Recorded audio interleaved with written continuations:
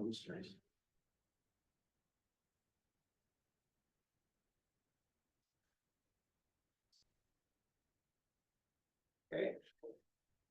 Well. And I will call to order the Clackamas Fire District Board of Directors meeting for October 21st, 2024. We are being called to order per ORS 192.610 to 192.690. ORS 192.650, the meeting is being recorded. You would all stand and join me in the pledge of allegiance. I pledge allegiance to the flag of the United States of America and to the republic for which it stands, one nation, under God, indivisible, with liberty and justice for all. Okay, we have Chief Brown isn't going to be with us tonight. He had some family stuff he had to take care of. So we have two assistant chiefs, and between the two of them, I'm relatively confident they can pull this off. Which one of you is going to lead the parade tonight? Are there any changes to the agenda? There is, instead of Dan Mueller, Chief Dan Mueller given the emergency services report, that will now be strategic services, Chief Brian Stewart. Love the substitute.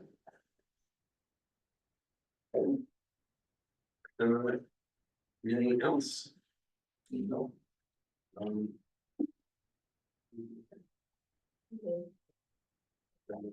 We just do the agenda. Because we don't know that.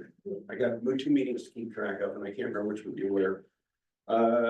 Next up is the approval of minutes for regular board meeting on September 16th, 2024. Did anyone have any questions, changes, comments on the minutes?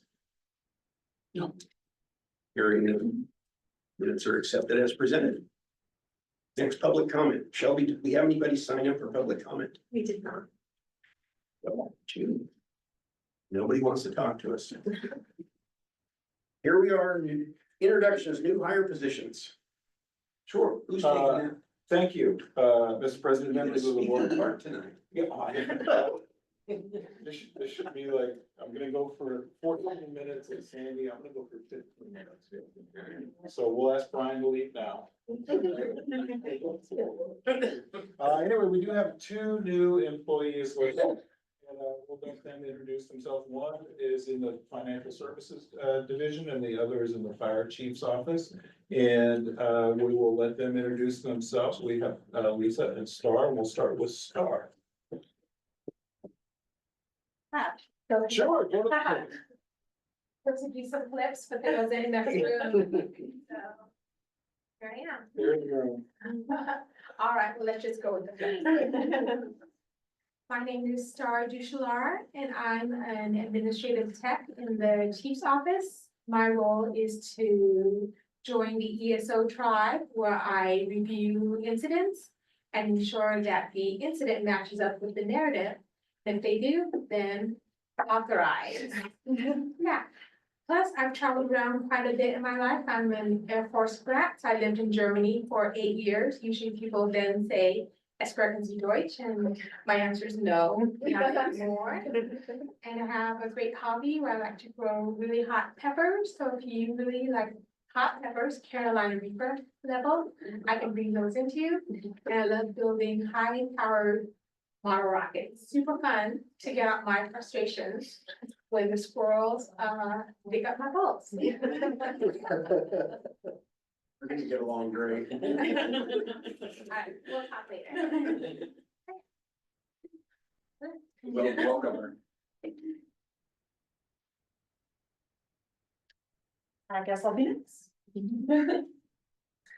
My name is Lisa Burkle. I'm in admin tech for finance. I do the accounts receivable and P cards.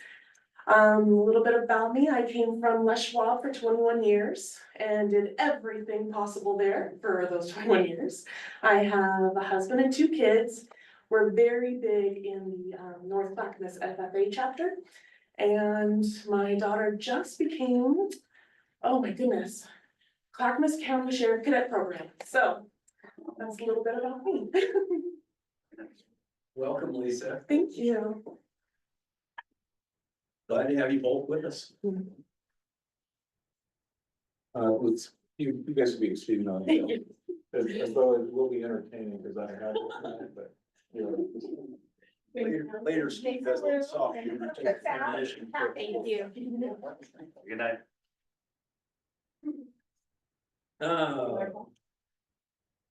We are up to the next thing, which will be one, request board approval of resolution 24-04 for interfund loan for fiscal year 2024-25. Chief Financial Officer Mark Williams. Okay, thank you, good evening, board directors. So there's a staff memo on page 7 of your packet, the resolution is on page 8, this is a pretty standard resolution that we do every year. Even though we have plenty of cash, this year and don't need to do tax anticipation notes, most of that cash is in the capital replacement fund.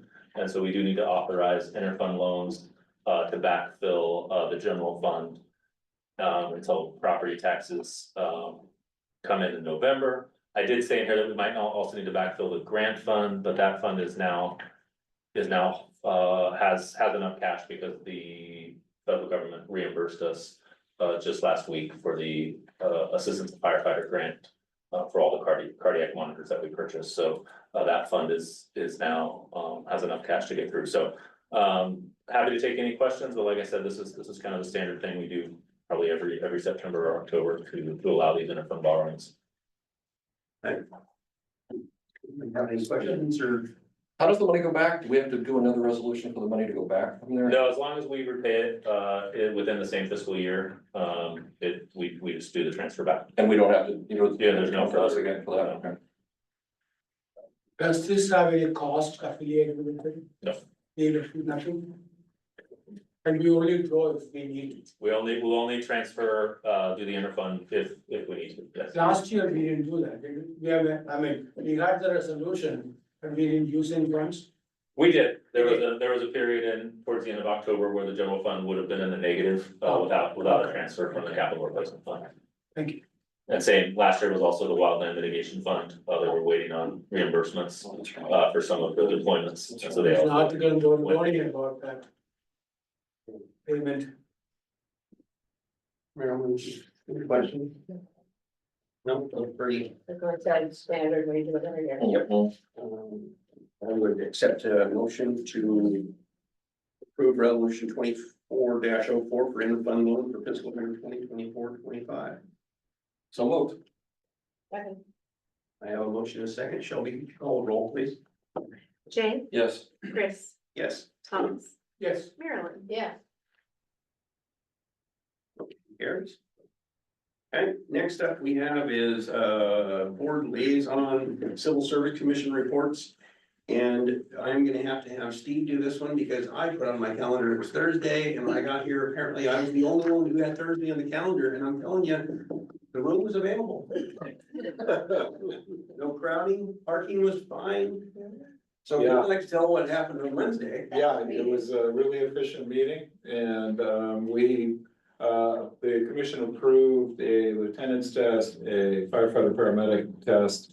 And an apparatus operator, internal apparatus operator packet. So all those packets went out to the organization and advertised into the Ethernet in there and to there's also a inspector investigator list that was, or a test that was approved as well. And that is to fill, that is to meet the requirement of having a list. We don't anticipate any openings there, but we have a list. So that was kind of the gist of it. Okay, thank you. Any questions? Dave? Board informational updates, comments. Yeah, I got something. So it has to do with the Clackamas Emergency Services Foundation. You guys probably were aware last year at the dinner auction, a family had donated $120,000 at the benefit auction that night. That was the last thing that was done that night. That was really cool. Over the last several months, apparently, they actually found out everything that the foundation is doing and how they're helping the public, and they felt so inclined that they felt that they want to give another $120,000 just a few days ago. So the jury sent this nice email out, but they last year they donated 120,000 years. This year they probably donated another $120,000. It brings up to $220,000 that they have donated, he goes on and talks about a few other things that, some nice words that he said here, so anyway, kind of a cool thing. So they got, you know, the foundation was struggling, you know, last year with it financially, and now they're, well on their way to, you know, more good stuff, so, yeah, Good, great. yeah. Yeah. I would just like, the service for my friend Jonathan and his dad, was a couple weeks ago. And there were quite a few Sandy firefighters, over Sandy, now they're on our team, but we're there because they had served with Jonathan. There's actually a thank you note in here tonight from the family for the donations, but it was very nice to see the firefighters out there, and, that was very nice service, and the family has very much appreciated the support they've gotten. Phil being Phil, found a couple of pictures of him and Jonathan and had them blown up and took them to Jonathan's mom. Got to meet the family because Jonathan sort of had to sneak his way into the volunteer program because Jonathan met Phil when Jonathan needed to do a little community service. And convinced Phil to give him a shot. And so we always thought very highly of Phil, and it was very nice what Phil did, and it's great to have Phil around. We'll just have to do something for Op Santa, because he said somebody took his rig away and I don't have a ride. Phil's rig.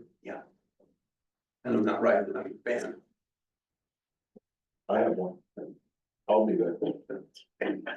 But thanks for being there. Next up. R1A, Office of the Fire Chief, Fire Chief Nick Brown, who's going to be impersonated tonight by. Thank you, Mr. President. I will also combine almost everybody else's report since they happen to do it to me every month. I'll get started. So in September, we had the Oregon City Safety Fair, that's the annual event, and this year it wasn't disturbed by a wildfire, which is great. So all the crews were able to stay there and to do all the things that were needed to do. And you can see in the report the number of people that were thanked for that. We also welcomed in a recruit academy on September 4th. So they're in academy right now, scheduled to be done December-ish. They hit the line in January. And then apparatus operator Steve McAdoo retired. He was here for about 20 years. Most of you remember him from his PIO days and being around here. And then the fire marshal's office, they focused on school inspections because school started. And so they focused on that, getting in there and seeing what's been done or what's new from the previous year. And then in your packet, you can see the type 6 that we got from the State Fire Marshal's office, which is labeled with both their the decal and ours, and then also the 2 new quick response vehicles that are going to be going into service, one of which will be here at Station 1 right down the road here. So happy to answer any questions if you have them. If not, pass them on to Brian if he's got anything to talk about. McAdoo only had 20 years, it seemed like he was around forever. Yeah, 50 as a medic at AMR. Okay. So, yeah, he was at AMR for quite some time. Okay. Okay, and is that your business services report too? Yeah, one thing that I did want to mention, we talked about it for a little bit of time, and with health and wellness, we moved them to Station 3 when we moved the fire marshal's office out into the battalion, so that they're working in the battalions. And that has gone over really well. We did a small little remodel there and then ordered a handful of new equipment to put there. I went through OC Health just last week, and it was great to go, just walk in one door and then just be ushered from room to room to room and complete all of my OC Health, which they said they've never seen a specimen like me, but I don't know how to take that. Yeah. But I do. I do. Anyhow, it was a great experience, and one of the things that we did this for was that it brings all of our people in off duty. And then we're not bringing any rigs out of service. We're not using the apparatus to drive down to training. And more importantly, they're not on the training schedule for the first half of the day for 7 or 8 weeks. And so now, although the wellness folks will still have to play catch up with a few people that may be straggling, but for the most part, everybody's been able to They get scheduled, and then another component is that the scheduling of your physical goes on to Telestat, so it won't call you for shifts and won't do, so you're kind of coming like a doctor's appointment, and it's not as sterile as a doctor's office, but it sure turned out really good, and all the equipment, all the people there have their own office to do their specialty work, and so, pretty proud that we were able to pull that off and not spend a ton of money to get it done. Thank you. Anybody have any questions or comments on Steve? Then next up, we have Office of Financial Services Chief Art Wicker. Okay, good evening again. So just a couple updates. First, the audit is complete. And so Sanger Loeb, our auditor, will present that at the November board meeting. They just finished it or finalized it late last week, so it would have been too quick to get them on the agenda this month, but glad that we finally have it done early and ahead of schedule, which has been my goal. The financial report starts on page 11 of your packet. Again, we're only about a quarter of the way through the year, so not a lot going on there. It does, if you dig into the numbers, it looks like we're trending, spending more than we should so far at this time of year. But we're actually doing fine when you take into account that over 1.5 million of our salary and benefit spending has been on conflagration deployments. And so once we do a supplemental budget and adjust the budget for those reimbursements coming in, we're trending fine, and in fact below where we need to be at this time of year, because we also still have to implement a COLA when the contract is likely ratified. So anyway, so the budget is trending fine. And then I think the last thing I'd like to just point out is I will have some items that I want to bring forward in November. So I think we'll try to do a supplemental budget earlier this year. So I'll probably bring a supplemental budget amendment in November to recognize the conflagration revenue that we just talked about. And then also to propose that we create a new health benefits fund.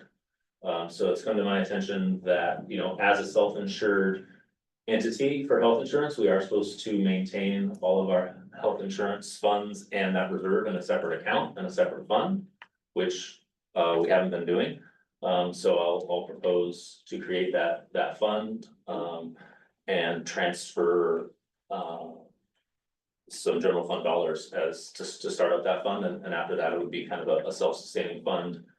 Obviously, the general fund would continue to make contributions, employer contributions to the benefit fund like we do for the regular budget. Employees would make their contribution. Any health plan reimbursements like our stop loss payments and prescription rebates and things like that would go into the fund. And then hopefully it would be kind of a self-sustaining fund, surpluses in some years, deficits in others, but they should balance each other out.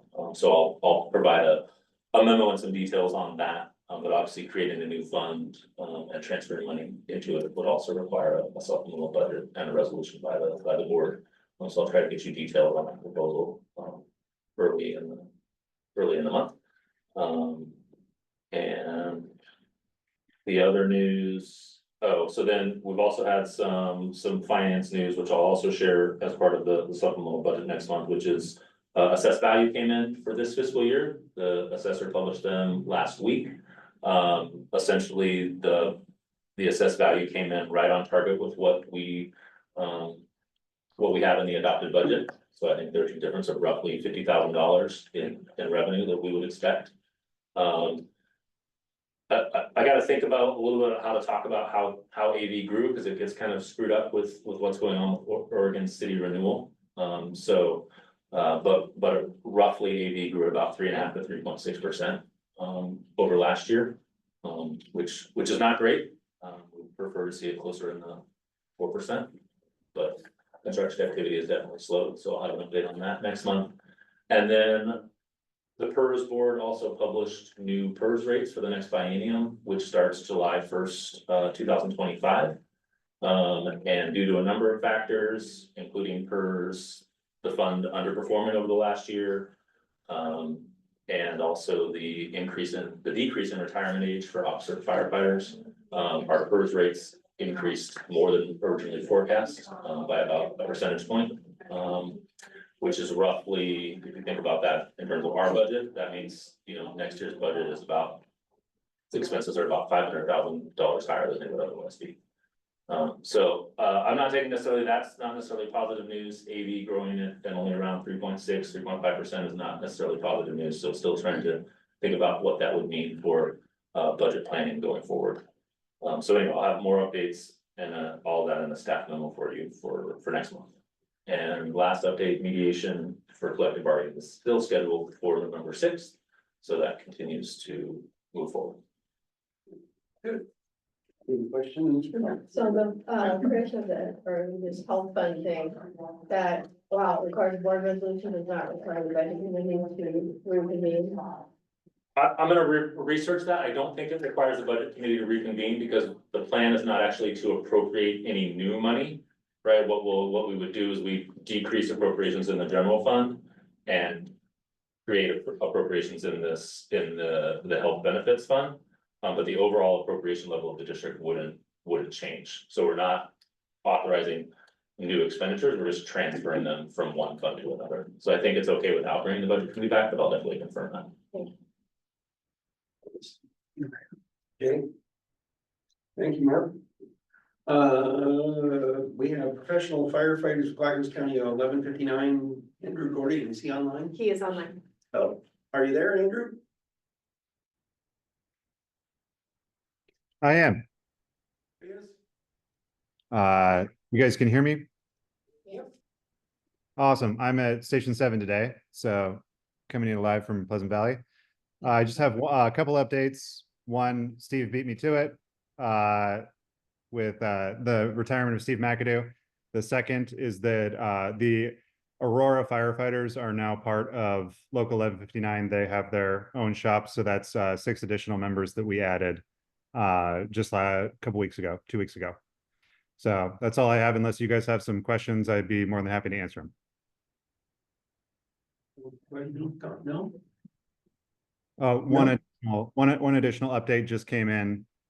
So our president, Nate Hahn, JJ Hanna, and Corinne from Wellness attended the LBG symposium last week, which is a health insurance symposium. So that was the third update. So. Oh, good. All right. Thanks, Andrew. Have a nice evening. Stay safe. Mr. President, you missed Emergency services. emergency service, not that I want to claim out your faults, but he doesn't get up. Oh, it's because I crossed out, put Brian's name in. So you just jumped over it? Perfect. The whole line thing confused me. So you want to do your part now? If you'd like, sir. Go ahead. All right. Let's see, so a couple things from the strategic services side, for facilities. We're going through a recruitment right now, so we have 2 facilities technicians. We're looking to add a third. We've got, for this recruitment, we've got 20 applicants that we had, and 9 are going to the Spark Hire panel next week. So I spoke with Denise earlier. She's happy with the folks going through. She's excited and hopes that it's a competitive process. I guess in terms of scale, we've added Boring, Sandy, and Gladstone before we hired another facilities tech. So this will be providing much needed capacity within that realm. A couple of the bigger projects that facilities has going on, and these are just the bigger projects, would be a couple, 3 remodels. And we talked about most of these before: the training center, warehouse, or training warehouse. So training moved from the training center into the warehouse after the prior move of health and wellness. So we're looking at improvements there, and then we are preparing Station 12 for that, converting to the 2-person unit in July or summer of next year. In fact, it is getting painted, the rest of the district's colors coming up next week. So that'll be a nice visual for the community to see some visual progress on the outside, and still lots of work to go on the inside. Then for community resilience piece, and Morgan West and his recent work, he's focused on a few pieces. He's been working with command staff on preparing for cyber, winter, and active threats. So he's working on developing essentially like template incident action plans and reviewing the incident priorities with command staff. So that when we have something occur, we're that much quicker to be able to jump into a prepared status. He's also working to increase our internal IMT capacity and leveraging additional folks that have in developing non-uniformed personnel into other positions, which is a fantastic opportunity. And then lately, he's been delivering some classes and will continue to do so, partnering both internally and then with Walton Valley to make sure that the region is trained up to incident command system 300 and then incident command system 400, and which is essentially expanding incidents and larger incident command structures. So he's doing a lot of great work there. And then on the IT side, tying in again with the cyber piece, Morgan and myself met with an advisor from law enforcement on some of the threats we're facing. And we're moving forward with a couple other processes to improve our cyber resiliency. So we changed over our backup system to a different product. We have that online and are looking to add a second disaster recovery site here in the next month or so and bring that up online. We're also working to expand the use of multi-factor authentication across the district. Have a meeting and training on that on Thursday this week. So that is good. And then from the larger scale, our move to ESD's virtual private virtual private cloud.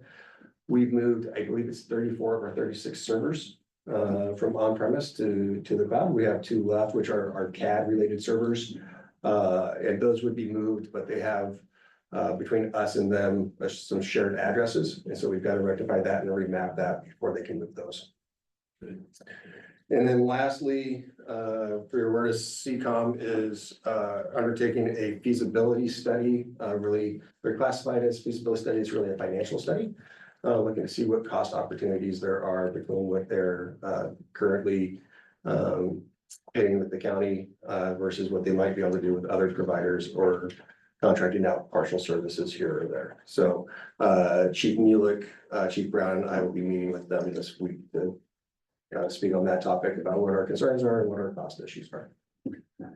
From Chief Mueller's side of things, in emergency services, let's see, EMS, I don't think Steve mentioned this one, but we've got nurse navigation.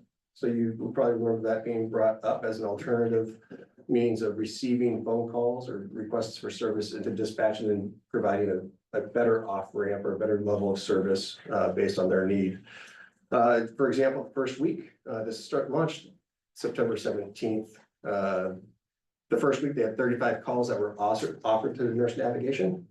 So dispatch gets the call, they go through X number of protocols to see where that call should land. They were told that, hey, this goes to nurse navigation. So they sent it over there.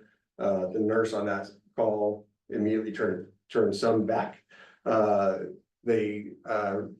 guess nurse navigation did not accept 9 of those calls based on whatever that information was. But 26 of those calls went to nurse navigation. And then some of those were referred back ultimately for ambulances, which may or may not have triggered any fire response. So obviously the nurses have more information, more flexibility in how they refer patients. Let's see. Beyond that, all of community paramedic calls are now identified in CAD. Those that have a new CAD identifier or designation, those are now termed home visit fire, which aligns with Washington County and allows for better data tracking. And that's one of the things that I recall chatting with Dan, like it's really about regionalization and making sure that we are able to talk the same language and look at what are units typed as, and does that make sense, not just here, but across the broader spectrum. So when we're across borders, people know what they're getting and the language becomes the same, just increasing that interoperability and better data tracking and comparison. Coming in from the wildland side, ODF has moved out of fire season, and we have downsized crew 30, largely as members return to school and other commitments as fire season is coming primarily to an end. We do still have a module, which is 5 or 7 people, fluctuates a little bit still on staff and in retainer as the season continues and they continue to do fuels mitigation and other work while they're on staff. Training has been focused on professional development. This fall and winter, we are hosting classes in leadership, incident command, firefighter type 1, and engine boss. And then Morgan West and Wyoming Division staff are also contributing to the instruction. And Academy 2402, I think Chief Peters mentioned, is going well and graduates on December 19th. I believe we have 15 recruits in that academy. A couple of focuses for operations. They are focused on getting Rescue 301 in service. So one of those red brush trucks or pickups that you saw on the fire chief's report. The apparatus is at fleet and equipment's being assembled. Project is on time and going smooth. And then we already talked about Station 12. And the Emergency Services Office, so last week or the week prior, I think it was the first week of October, they conducted a 3-day plans retreat. I believe they were out at Station 14 for the retreat. And their focus was, their discussion and focus was the alignment with the 3-year strategic plan and levy implementation. And then this week, kind of a new novel thing that I hadn't heard about region-wide. 12 Valley, Portland, Lako, and Clackamas collaborated on a regional battalion chief meeting each day. So essentially each day, our operations chiefs would cover the battalions here, which freed up our battalions to go meet with Lako's battalion chief, Portland battalion chiefs, which again, from a regionalization piece, what are folks doing, what's working, what's not working, and the relationship of the face-to-face communication, helping the battalion chiefs expand their world as well. And it was interesting, Chief Mueller would have to share the specific examples, but it was interesting just in this conversation, learning why certain things aren't, happening the way we would expect when we cross borders, which is largely the intent. So sounds like it was beneficial and hopefully they will be able to do it again. And that was his report. Thank you. Happy to let Steve answer any of those questions. Hey, Brian, on the nurse navigation, you had 17, you had 9 referred back. What happened to the other 17? Let's see, so 9 were self-care. Referred to ER were 2. 10 went by BLS ambulance. 1 went by ALS ambulance. Let's see. And that does not equal 26, but that's what I have in front of me. When you say they refused 9 of them or turned them back, does that mean they went to the nurse and the nurse said, no, you really do need to send a fire engine or an ambulance or? I think there are a couple of options. One, the nurse has the ability to, as the call is being transferred to them, and they're getting the brief from dispatch to say, no, it's not an appropriate call because of whatever. And then I think they also have the opportunity that when someone comes on, they end up not going to any care, but they end up getting, just like we would AMA a patient or something, like a patient decides to opt their own path. Okay. Yeah, I'm still confused on how this is actually working. I think that the nurse navigation program is a great idea. Not if the patients are getting ping pong back and forth and aren't getting any care because somebody says, well, okay, here, we answer the call, go to the nurse. So the nurse says, oh no, it's not mine, it's somebody else's. And so all this time is lost instead of saving time and saving resources. It sounds like we're kind of expending more and maybe creating a PR nightmare as well.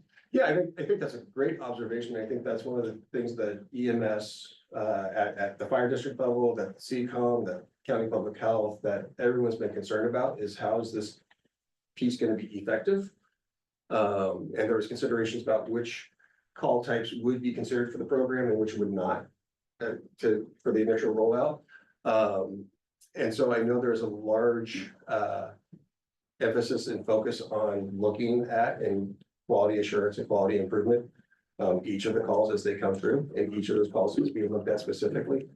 So confident that the group as a whole who rolled this out is intent on making it the best process and making sure that they utilize resources most appropriately and making sure that the callers get the care that they need in the time that they need to receive it. But I would have to refer to Rick Hopley to have him share more about that specific process. I think we maybe need to follow up next month on how it's progressing. Maybe what we should do is, schedule a meeting with Rick, Thomas and I can schedule, maybe get a. Shelby, maybe we should have an EMS meeting with, Rick in the next month-ish or whatever. I think that would be the place to start, honestly, to see what this, but I don't think we've given, a week is not long enough to give nurse navigation, so there's gonna be some growing pains with it. I'm cautiously optimistic about it because, I know all of the medical directors in our area very, very well, and their associates. I know them all very well, and I know that they will not allow a person that needs medical treatment to not get medical treatment. It's just not gonna happen. They're not going to allow that. But the thing is just because somebody calls 911, they need care right now. They need care. It might not be within the next 15 minutes. And that's one of the things that nurse navigation on is the appropriate response for that patient. And so, like I said, I'm cautiously optimistic about it, but I know there's gonna be growing pains. So I don't know, what do you think, Thomas? I agree with you. This is too early to give a judgment on the effectiveness of it. It's too early. No, yeah, it probably is too early, but I think Marilyn's point is well taken, and I think it would be a good idea if you guys can sit down with Rick so you could kind of, make sure, because there are gonna be these things of, it probably happens faster, but when you're describing it, it sounds like, and these are lower acuity calls, so you don't have somebody having a heart attack while we decide what we're doing. But I think Marilyn's. Person that's affected by it. The person on the other end wants, so it is something to look at and see, how it's going, but I think you're probably right. I'm sure everybody's looking at it very closely to see Also, how to do this and how to improve. it's nice to get the feedback though. While even if it is early, it will be for us to discuss, evaluate based on the feedback we have. They can fine tune going forward. Okay. Anything else, Brian? No, that's it. Thanks, sir. Okay. Well, we're back because Joe had to wait because Brian missed his turn. All right, good evening, President Haas and directors. For the volunteer organization, we've gone through and we started the next round of volunteer academy. So they kind of lined up the academy numbers, even for volunteers with the career academies. So the next group of volunteers is 2403. And we have 8 suppression vols and 2 support persons in that academy. So we're excited to get them through training and get them out in the field. So we have currently in September staffed the Dover station 29 of 39s. And we've had 23 calls for service out of the station. For our events over September, we have Safety Fair and also the Station 22 open house. We've gone through with our training and some mentionable ones was the structural commercial search down at the Miles Fiberglass building in Oregon City. And we also had the rehab group with us there to just go through the whole process. And as we have search and trading people out. So that was really nice. The other one was a joint drill with Hoodland Fire for the structural prep and defend for wildland type scenarios, which we went up other side of rhododendron and worked in some tight roads up in that area. So playing in the dark, it was a nice getting out of our drill grounds and stuff like that and actually be on scene. So that was nice. Who taught that? That was through, that was technically put on by Hoodland Fire, which I think the lead was Evan Jarvis. And then, but we worked with their command staff and everybody else together. So they ran it like a full on deployment. So we had a command put up and rehabbing and noting our locations and working through all that, so. Come to find out, they said it sounds like we're all fairly on the same page as far as working together and common. Tasks and things, so it was nice just to kind of have that integration a little bit as we worked with that. The other events. I attended the funeral for John and his father with Chris and many other, not only Sandy, but Clackamas career firefighters as well. The started with some winter operations, going through tire change, make sure everything's up to snuff and ready to go. And then I think we have a station prep coming up here in the near future.